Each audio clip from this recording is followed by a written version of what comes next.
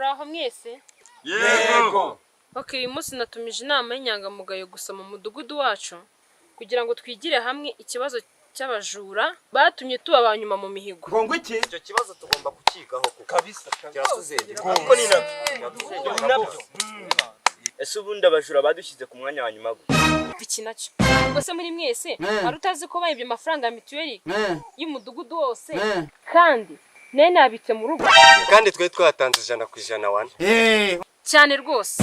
Ariko mudugudu kazi we ko buri munsi wahoraga wasinze Yesu kandi nta kandi kazugira ngo iki? aho niwe yashinzemo agaheha Nanga imbwa nkahura nazo. Ariko urumva ivagonye ufite wa mugore we. Ubundi uri inyangamugayo cyangwa mwiruka. Ahe. Nabwo ureba. Wowe ni inyangamugayo n'abatari inyangamugayo mu mudugudu. Nyine si inyangamugayo nk'urusi. Ngo iki? Reka indabwe kuri inyangamugayo nkuru hano se. Hanyuma se niwe inyangamugayo nkuru hano. Ni njyewe. Ni muzika ari njye yahiritse ku butegetsi. ibyo ngibyo rero bitumye ubunyangamugayo bwawe bishidikanywa. Okay. Ahubwo no gutekereza ku byo cyamatare avuze. Yavuze ngo iki se? Yavuze ko mituweli zacu ushobora kuba warazimwereye. Wasanga yarazinywesheje umwe.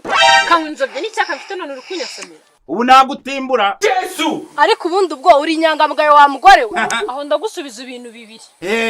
Icyambere umugore ni nyoko. Yesu we. Cya kabiri nge nyangamugayo hano. Umaze kubyimba. Nta nyangamugayo igira icyaka nk'icyawe. Ariko muzoma muri kubwira. Umusinzi karabuta. Uvuze ngo iki? Umusinzi witonda. Sinzi ni wowe sha. Ahubwo mutanga ibitekerezo. Waje bugarije umudugudu wacu. Ikibazo kiroroshye. Abagabo ngo basiga banywa igikoma ngo ni style za corona. Ugize ngo iki? Bigatuma batumva igikoma. Niyo mpamvu babiba. Mwana ushatse kuvuga kusiga ngo igikoma. Gese ninde bivuze? Nga ubwo ndabirose none. Wasanga uboneke. Ngo iki? Vuga uti igikoma kikumereye nabi. Nabwo ureba. Si ba. Ariko umenya nibeshye ku nyangamugayo nazanye hano. Ngo iki? Ushatse kumbwira ko abagabo bo mu mudugudu banywa igikoma batakinywa se? Sha uravuze ngo usangira igikoma naso. Cyane rwose. Ngo iki? Ara nancura kana kumbaye Sophie. Wacha no wabaye.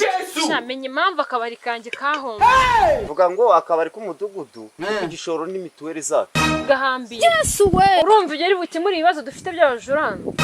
Ndashaka ibindi bitekerezo. Ufite igitekerezo n'ikibazo. Vuga igitekerezo cyonyine. Ngo iki? Asikiwe ndambiwe igitugu cyawe. Ni igitugu se cyangwa nibere. Ngo iki? Ushatse kuvuga ko tuyoroboreshejwe ibere. Muzibe mvuge. Tanga igitekerezo rata. Ndavuga ikibazo. Vuga igitekerezo. Ndavuga ikibazo.